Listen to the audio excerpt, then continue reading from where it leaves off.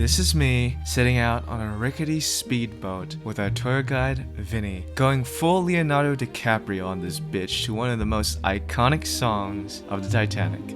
But this was merely the end of our tour though. Before this, we had spent an entire day out in the Qui Trinh tunnels, crawling through the dark underground, shooting guns for the first time, eating tasty snacks, and drinking shots of questionable wine. Come with me as I take you on a whole day guided tour to the Qui Trinh tunnels and Mekong River. Let me give you some inspo for what sort of experience you might like next when you're in Ho Chi Minh City. Play the intro.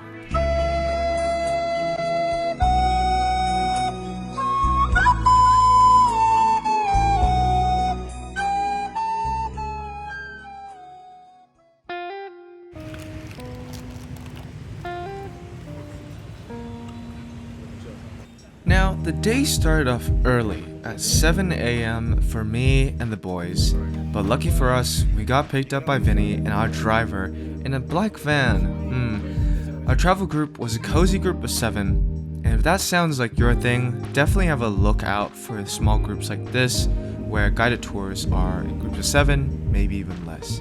For many tours that go off to off locations from the city, you often get the option to get picked up from your hotel. If you're out of the pickup zone, they will let you know and you'll just have to get to a common location where they can pick you up from. And so, we were off to the Qui Trinh tunnels.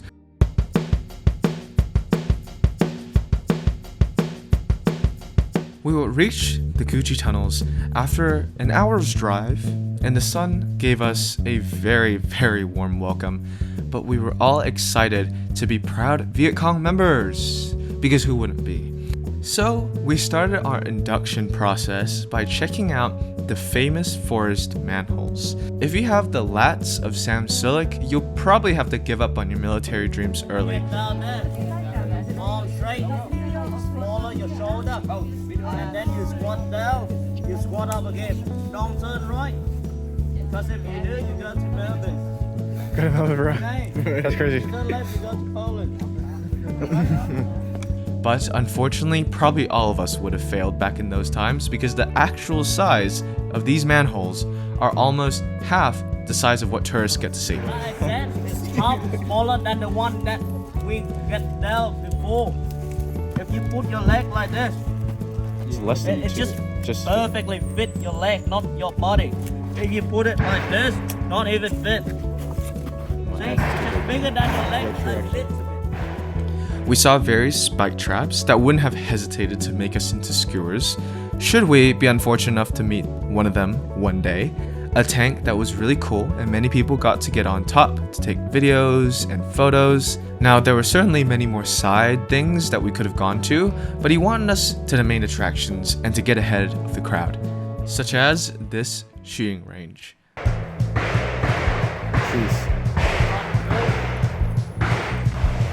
As we approached the range, the shots became more and more ear-piercing. If you want to participate, the cost of shooting is dependent on the weapon of choice, which is not included in our tour cost at least.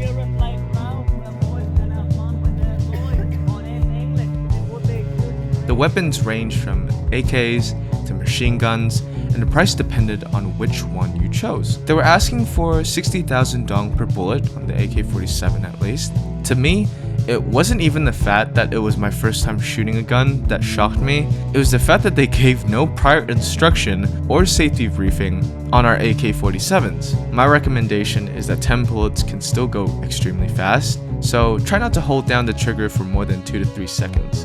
Do taps so that at least you can fire one at a time. Make your money's worth, you know, otherwise maybe buy some more bullets. Perhaps you thought being part of the Vietcong would be easy. Manholes? No worries. AK-47 on-hit accuracy near 100%. But what about this tunnel crawl? At first, it felt bearable. The ceiling wasn't high enough to move comfortably, but at least it was still alright for the first 20 meters. But as you saw people leaving at their desired stops, 20 meters, 60 meters, 100 meters felt a lot further now.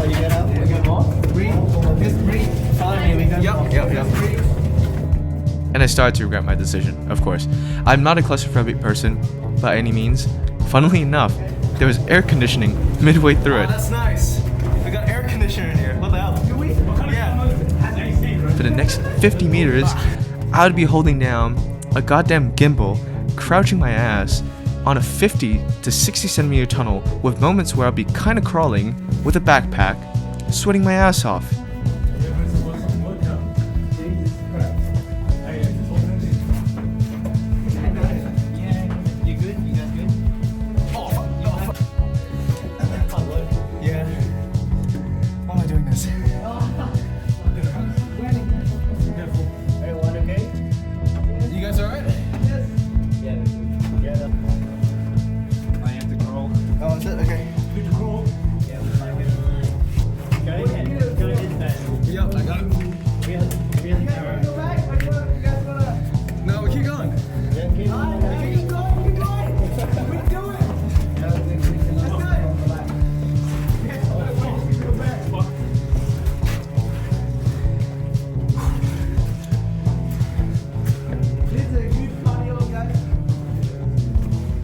But all the boys made it, and this is what we looked like by the end of it. That's funny. Proud Vietcong, Ho Chi Minh. That's gotta be some good food. Oh, fuck me. Jesus Christ. At this stage, I just wanted some food, and so by the time we got to the entrance, Vinnie turned our heads towards our oasis in the desert, the freaking restaurant, man, where our feast for the afternoon had already been arranged on the table neatly for us to share. So, around 12:45, we would take to our luxurious van once again. 2 hours on the road would lead us to the cool port of this name, which I won't say because I'm pretty sure I'll butcher it, where Vinnie would debrief us on the next bit of our tour. Take it away, Vinnie. Taking the boat to eat. We'll be trying some honey tea and beaver. You can also hold a beehive, take photos. They keep bees. After that, we'll be taking the boat to Ben Tre Province, or in English, I want to say Coconut Kingdom. Then we'll be saying by this coconut candy. Taking the small rowing boat. Row your boat. All it says. Rowing we'll be rowing to the minus area. The length around 2 kilometers. And then the boat stop. We'll be walking for 700 kilometers. Oh, crazy. 700 kilometers. Workshop. 700 kms. Also some lovely ladies waiting with some local Vietnamese band performing some local Vietnamese songs, and we also have some tropical fruit as well. After that, we'll be taking Vietnamese Lamborghini. Oh. Not Ferrari. Later I can show you the image. To this location, Coconut Candy Workshop. Here we try some coconut candy, coconut wine, cocaine. Coconut. Oh, sorry. And after we finish, we make for Coconut Kingdom, 20-minute ride back to this location. Another 2 hours. Welcome back to Scooter City. Okay. So, Vinnie going to do some paperwork. And then we hopped on a wooden speedboat along the Mekong to Unicorn Island. What a name.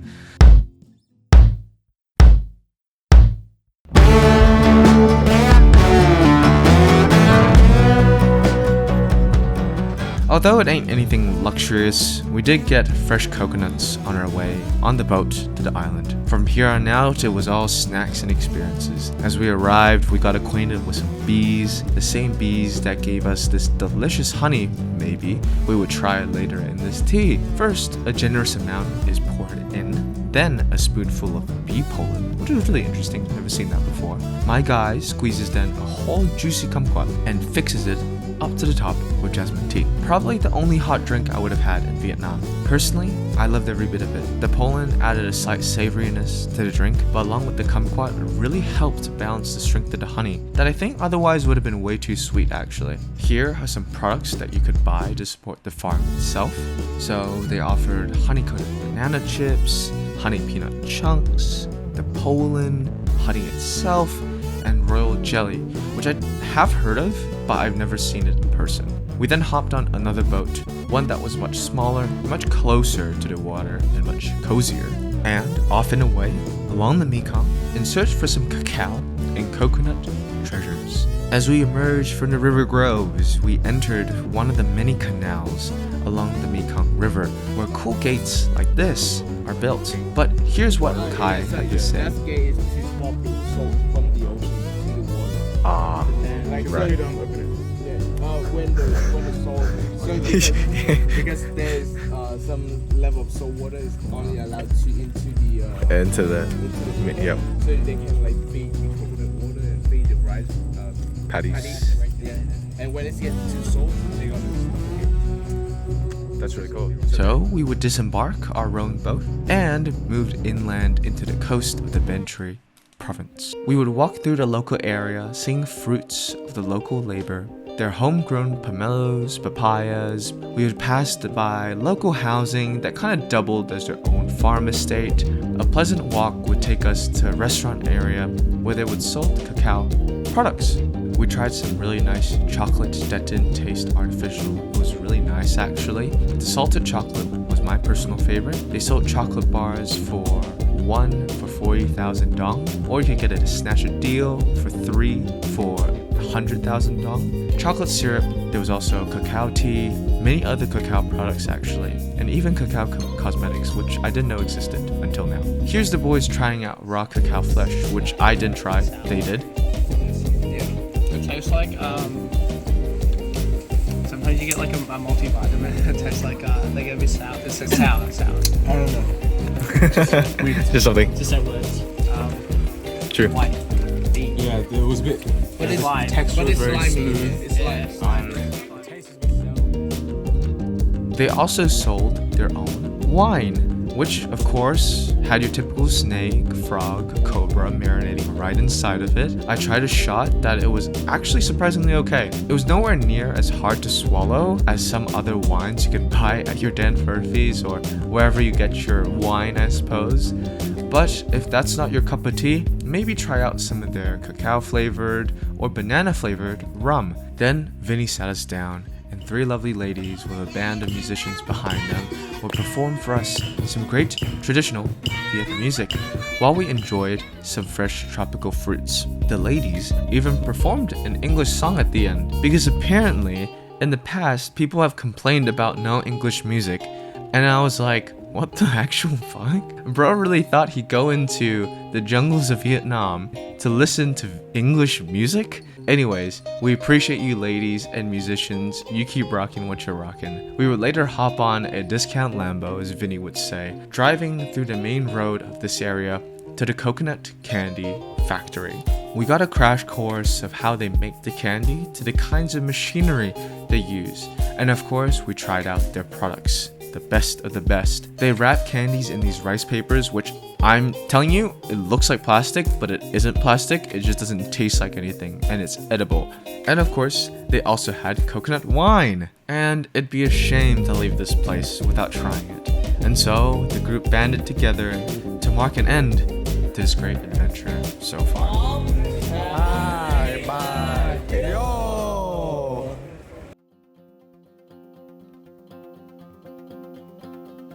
As we cruised along the Mekong back to our van, I began reflecting just upon how interesting it was to witness the local community not only living in the forest with their animals, dogs, and so on, but just up to this point in the city.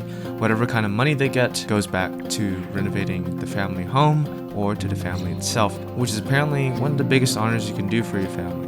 Family seems to be always first in Vietnam, and while I can see it as a great thing, it can feel like you have little autonomy as an individual to do things in the household.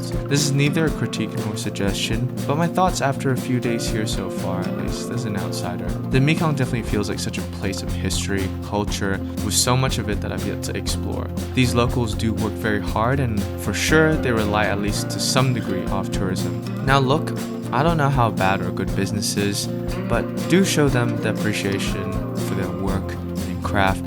Respect is always the best when experiencing new cultures. I have nothing but gratitude for Vinnie and all the people he introduced us to on this trip. It really does look like Vinnie has built such a strong relationship with these local businesses through probably years of working with them to build their trust. I personally think if you have the kind of energy for a day tour like this, it's not bad at all. There's a lot of driving, but I think the wait is worth it. We paid roughly 110 AUD for this tour. I don't regret a cent of it. We were really, I think, brought closer to at least better understanding the local businesses here and the different side of the world that I don't think I would have otherwise have seen if I had not went on this tour.